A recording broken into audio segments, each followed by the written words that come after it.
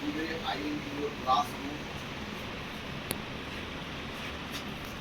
and I am very pleased to see all of you, and I have come here only to activate you what way you need to study math.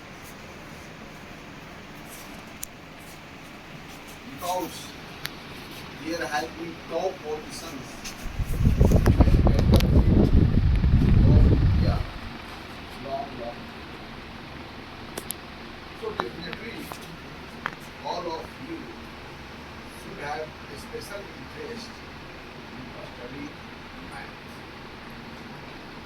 What topics on which I teach you, that is triangles, and these topics which is given here has been Hindi English दोनों एकदम local yes. The topics which is given here is decided by you. Yes. What is triangles? First, what is triangle? Right?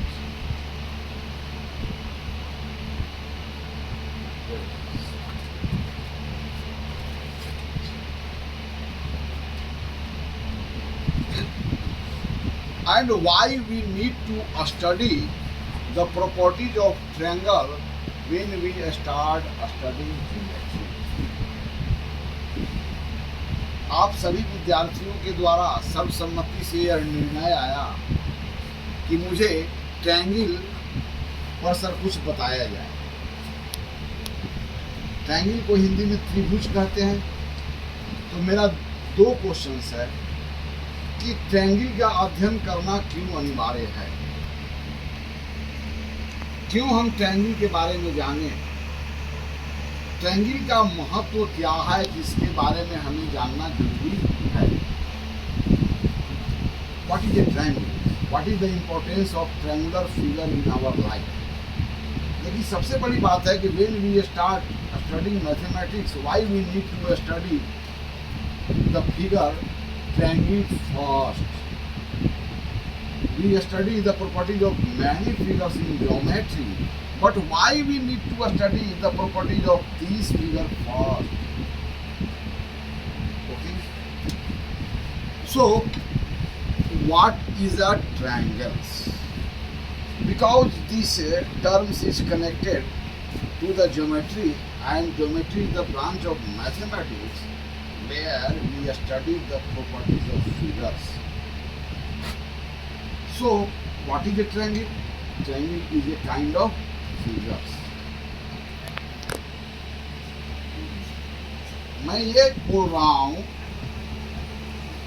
कि त्रिभुज का अध्ययन करने की क्यों आवश्यकता है, मेरा फर्स्ट क्वेश्चन। सेकेंड क्वेश्चन, त्रिभुज का हमारे जीवन में कितना व्यापक महत्व है जिसके वजह से हम विवश हैं इन आकृतियों का अध्ययन किया जाए। दूसरा क्वेश्चन। तीसरा क्वेश्चन, चूंकि ज्यामिति गणित का वह ब्रांच जिसमें आकृतियों के गुणों के बारे में अध्ययन करते हैं, तब आकृतियों को जब हम अध्ययन करने चलते हैं तो सबसे प्रथम इन आकृतियों का अध्ययन क्यों करना पड़ता है। तो first, what is a triangles?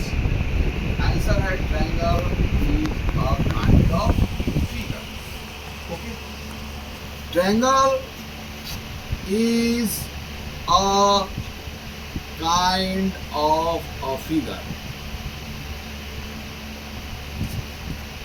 Okay, so what is a figure? If you know the meaning of figure, then we may know what is a kind of figure. So what is a figure? Yes. Yes, this is a man, this is a man's head or figures of man's head. If I ask you what is this? This is a man's head or this is a figure of man's head. This is mango. If this is a mango, then you can take it. If इसलिए mango, यदि mango है तो इसको खा सकते हैं, इसे खा सकते हैं तो it will be sweet taste, यह मीठा देगा। मैं खा रहा हूँ, नो टेस्ट। तो what is this? It is a mango और ए फिगर ऑफ मैंगो। यह आम है कि आम की आकृति है? Very fine, it is not आम, आम नहीं है। क्या है? आम की आकृति है। यह आदमी का मुंडी नहीं है, आदमी का, बल्कि आदमी के मुंडी का क्या है? आकृति है। क्या this is real a pen और a figure of pen? Yes. So all these are figures. Figures means what? The outline of any object is called a figure. We see different kind of objects in our real world around you daily.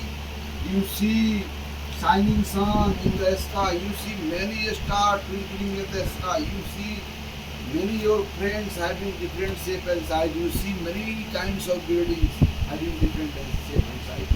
You see different objects around you, and by seeing all those objects, what form in your eyes? The figure of that object is formed in our eyes. जब आसपास के अनेकों वस्तुओं को देखते हैं तो आँख से देखने के बाद उन वस्तुओं की आपकी आंखों में क्या बनती है? तस्वीर बनती है। इसलिए कहते हैं मेरा तस्वीर मेरे आंखों में बसा हुआ है। You are not settled in my eyes, but your figure is settled in my eyes. और यह अलग अलग जो फिगर्स है, यानी वस्तुओं का जो इमेज है, वस्तुओं का जो प्रतिबिंब है, आप क्या कर रहे हैं? तो आप अनेक प्रकार के वस्तुओं को देखते हैं जिसका शेप एंड साइज अलग है। इस कारण आपकी आंख में भी उनकी इमेज या आकृतियां अलग अलग। तो हम आकृतियों के बारे में अध्ययन कर रहे हैं, तो किस प्रकार के आकृति को हम ट्रायंगल बोलेंगे? What kind of figure is said to be a triangle? Actually, it is not difficult to recognize the object triangular or not triangular, but it will be very difficult for you when you give the definitions of figures triangle. What is the right definitions of a triangle? So before knowing the real definition of triangle, you need to know what is the building block of this triangle. Okay. For understanding these situations, first you should know actually. So when we start studying the properties of figure, when we start studying the properties of triangles, और इन्हीं अन्य term से मैं अध्ययन शुरू करूँ। ध्यान देंगे। Actually, triangles, what we are making here, मैं क्या बनाया? What I made here? Yes, what I am making here? What I am making here? This figure is very familiar. A square, not a square. You say it quadrilaterals. Okay, you can say square, no problem. But you can say only it's quadrilaterals. Okay.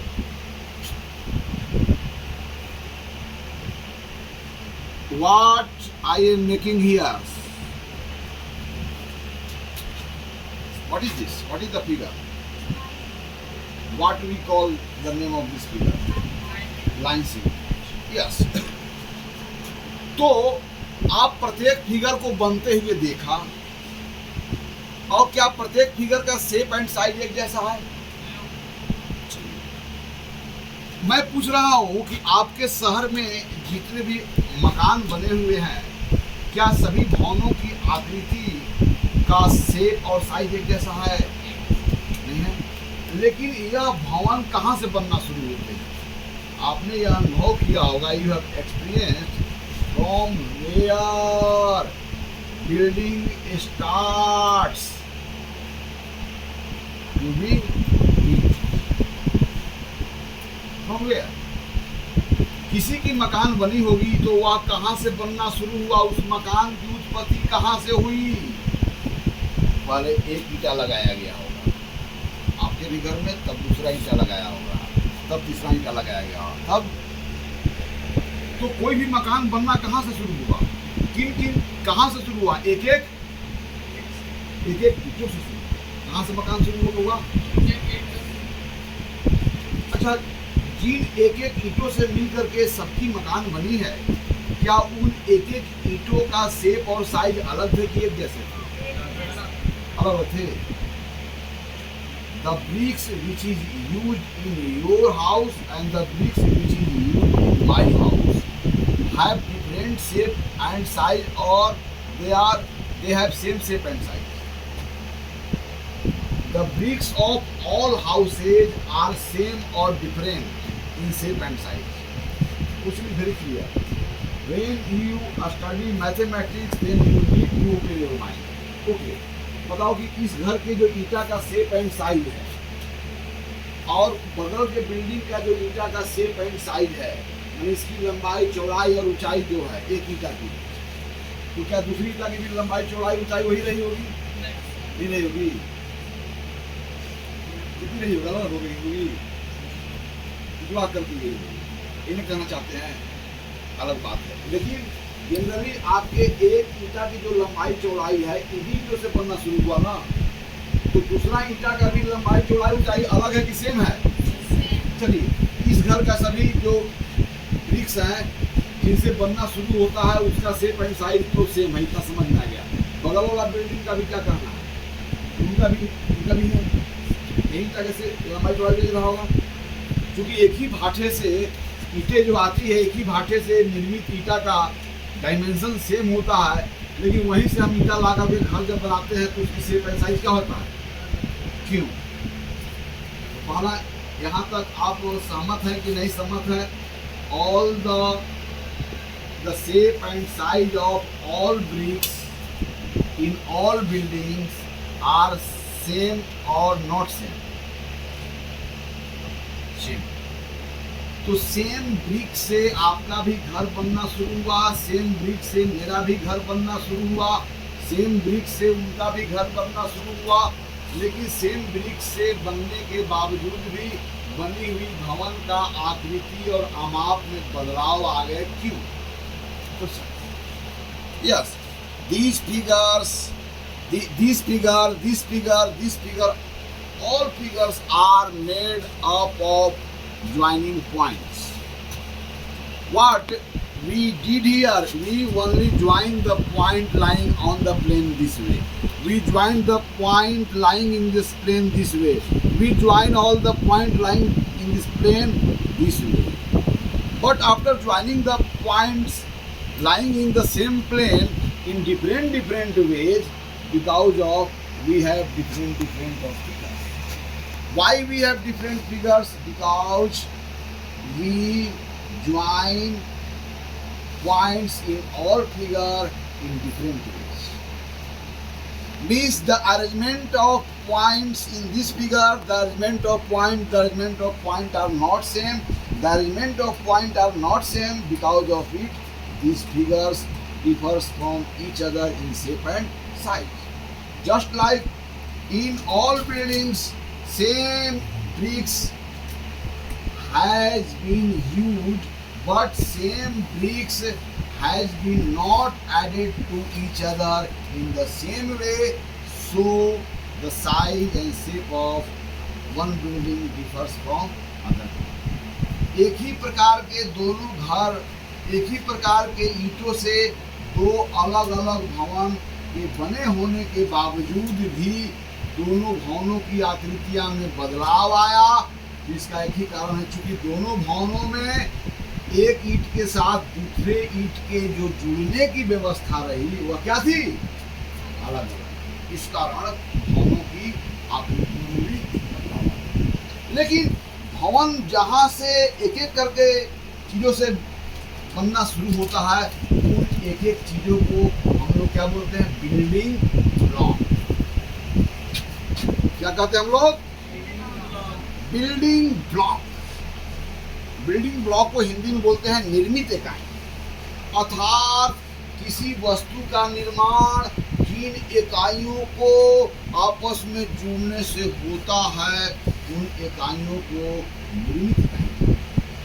विज्ञान को आपने अध्ययन किया होगा तो हमारा शरीर एक एक कोशिकाओं से मिलकर के बनी है, इस कारण हमारा शरीर का या सजीवों का शरीर का निर्मित इकाई किसे कहा जाता है, कोशिका को। Cell is the building block of your body, because आपका शरीर एक एक सेल के साथ जुड़ने से।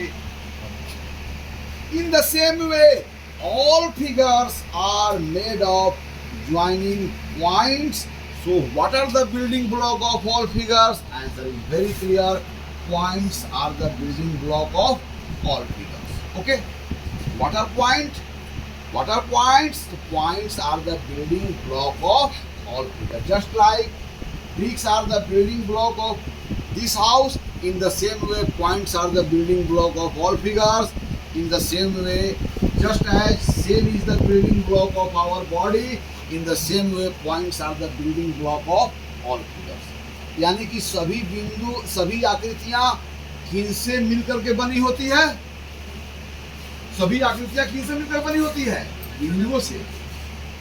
देखिए सभी मकान किससे मिलकर बने होते हैं, सभी भवन एक एक ईंटों से मिलकर के बने होते हैं।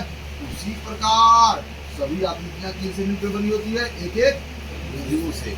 इस कारण what are points, points are building block of all figures. Okay, तो पॉइंट्स को what way we have defined points, building block के रूप में। Building blocks of all figure means all kinds of figures. Okay, very nice. तो सभी building कहाँ से बनना शुरू होते हैं, एक एक। उसी प्रकार सभी आकृतियां कहाँ से बनना शुरू होते हैं, एक एक। सभी भवन एक एक सेम प्रकार के ईंटों से, यानी सभी भवनों की निर्मित इकाइयां समान होने के बावजूद भी उनकी आकृतियां में बदलाव है, क्योंकि इकाइयों को अन्य इकाइयों के साथ, यानी इकाइयों के साथ जुड़ने के जो तरीका है वह एक जैसा। Okay, understand. तो points are the building block of all figures. Okay, इतना तो बात समझ गया। फिर क्वेश्चन उठ सकता है कि what is a point. Point तो समझ गए, तो हम पॉइंट को बिल्डिंग ब्लॉक के रूप में देख रहे हैं। पॉइंट को और दूसरे रूप में डिफाइन करेंगे तो it will take long time, इसलिए हम ट्रायंगल तक नहीं ला पाएंगे। इसके पीछे वाली बात को मैं छोड़ देता हूँ। सिर्फ यही समझना है कि points are the building block of all figures. Okay,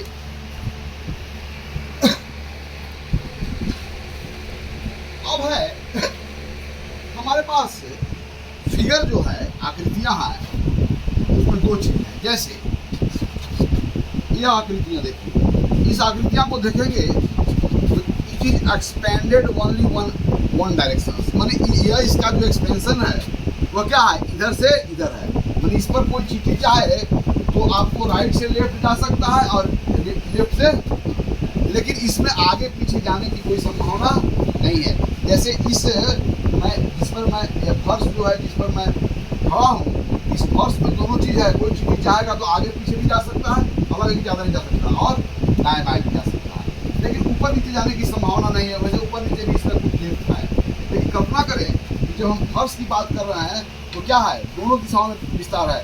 आप लेफ्ट राइट भी मूव कर सकते हैं, आप आगे नीचे भी मूव कर सकते हैं। लेकिन इसमें क्या है कि इसका जो एक्सपेंशन है सिर्फ क्या है, लेफ्ट राइट है, और इसका जो एक्सपेंशन है फाइनाइट एक्सपेंशन है, it starts from A and ends at B and it starts from A also it ends at A on this. So यह भी जो फिगर है यानी कि आपके पन्ने का जो सीधे किनारा है straight edge of your measuring scale के पॉइंट को ज्वाइन करते हैं, यानी कि किसी सीधा किनारा पर स्थित बिंदुओं को जब आप मिला रहे हैं तो यह क्या बन जा रहा है, लाइन सेगमेंट। तो line segment is what, the figure which has only finite length, the figure which has only one dimension and that dimension is limit, means it has only one dimension, it is expanded only in one direction, one can go on it from A to B, लेकिन आप ऊपर नीचे नहीं जा सकते हैं क्योंकि इस दिशा में इसका एक्सपेंशन नहीं है। Understand? So what is this? The figure which has different length, the figure which has different length is called line segment। Okay, अब लाइन सेगमेंट है तो यहाँ पर यह लाइन सेगमेंट है, ठीक है। लाइन सेगमेंट की बात तो आप पहले से समझते होंगे, थोड़ा सा मैं आगे बढ़ रहा हूँ, ट्रेंगल तक आना है हमें। चलिए, लाइन सेगमेंट है, इसी लाइन सेगमेंट के if we put arrow on it both end that this line segment become a line, straight line. मैंने कहा था कि इधर भी समाप्त नहीं हुआ, इधर भी समाप्त नहीं हुआ, लेकिन चूंकि ट्रायंगल जो था एक फिगर है, ट्रायंगल क्या है, एक फिगर है। अब फिगर हमारे पास दो तरह का फिगर है, एक को बोलते हैं कर्व और एक को बोलते हैं नॉट कर्व। ओके, किस प्रकार के आकृति को फिगर कहते हैं और किस प्रकार के आकृति को कर्व नहीं कहते हैं, वो कहते हैं फिगर है बट नॉट कर्व। ओके, तो हम देखिए यहाँ पर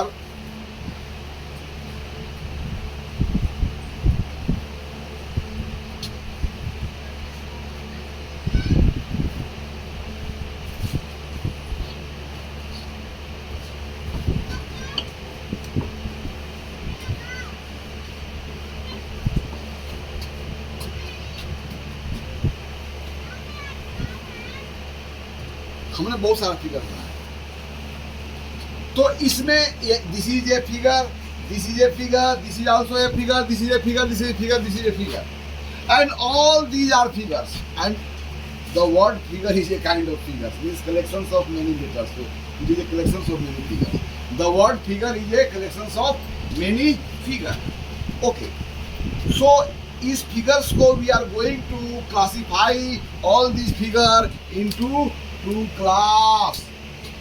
These figure, some figures which can be constructed, some figures which can be drawn without lifting your hand, and some figures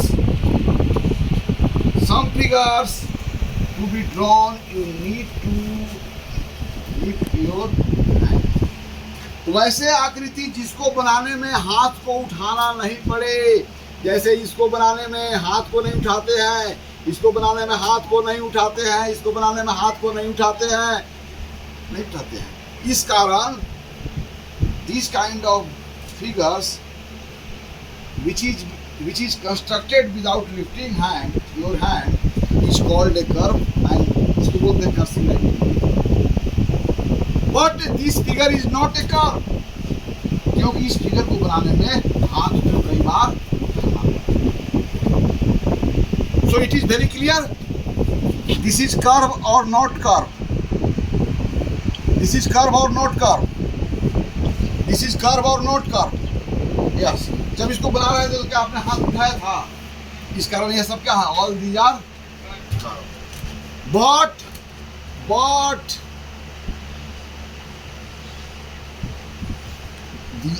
एक साथ all together this is curve or not curve?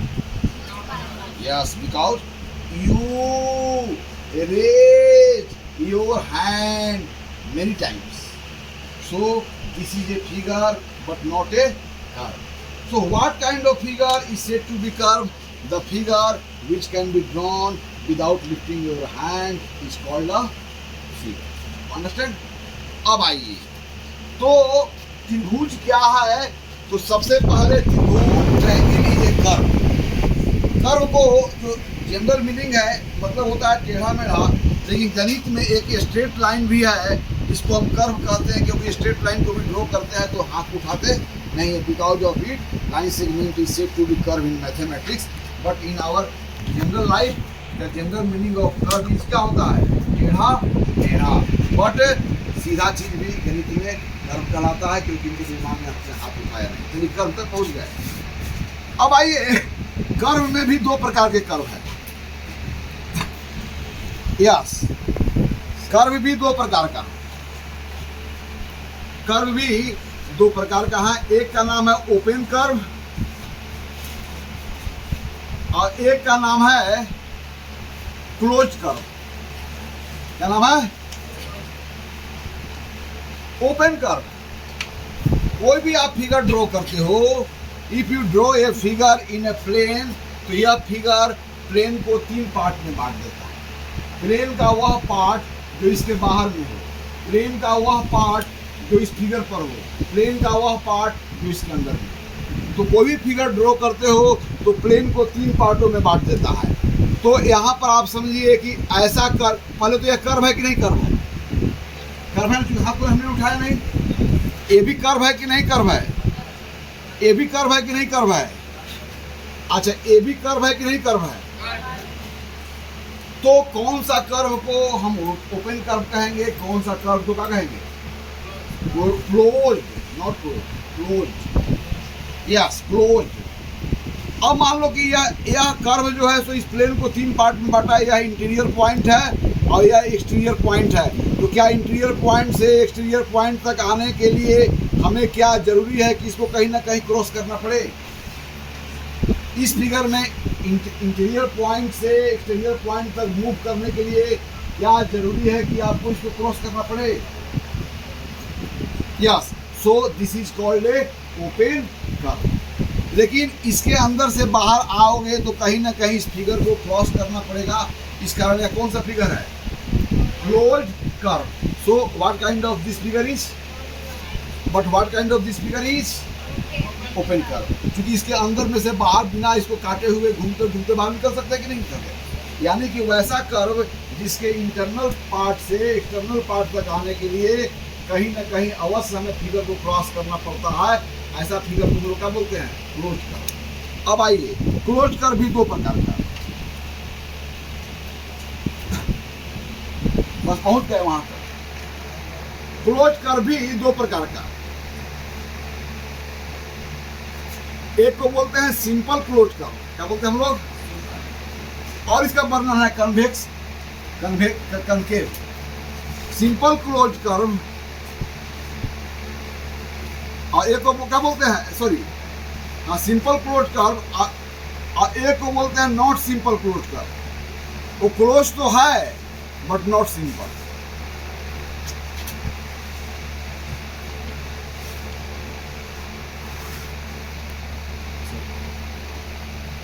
अब देखिए जरा,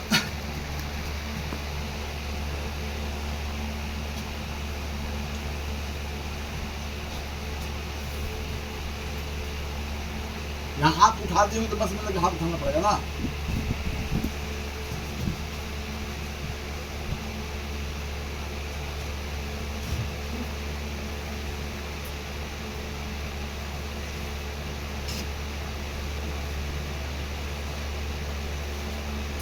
देखिए, एक क्लोज कर्व है कि नहीं कर्व है?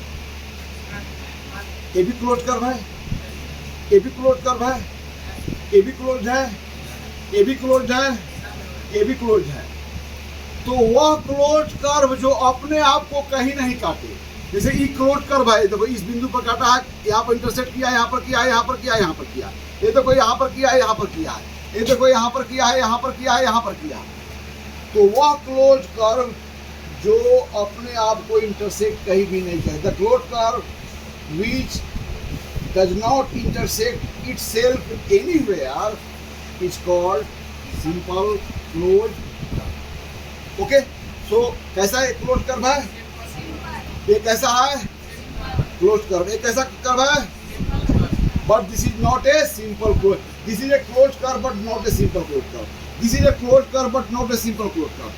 And this is a simple closed curve because these figures don't intersect themselves at anywhere. These are closed, but these are intersecting themselves at somewhere.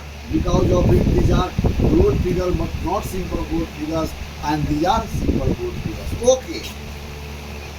Very fine. अब आइए यहाँ ध्यान देंगे। अब कर्व भी दो प्रकार का है भैया, पॉलीगॉन और अब simple close curve. There are two kind of simple close curve. One is called polygon, आप क्या बोलेंगे? Non polygon. Yes.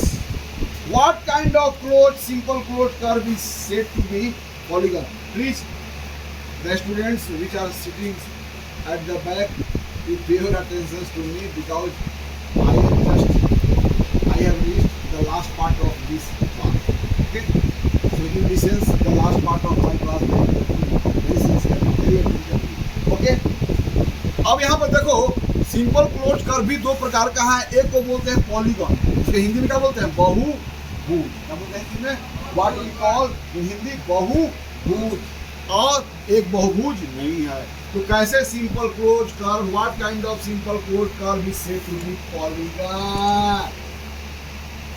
Yes, the simple close curve which are made up of only line segments are called polygon. वह सरल बंद आकृति जो केवल रेखाखंडों से मिलकर बना हो उसे हम लोग क्या कहते हैं? बहुभुज। तो बताइए तुम्हारे पास how many at least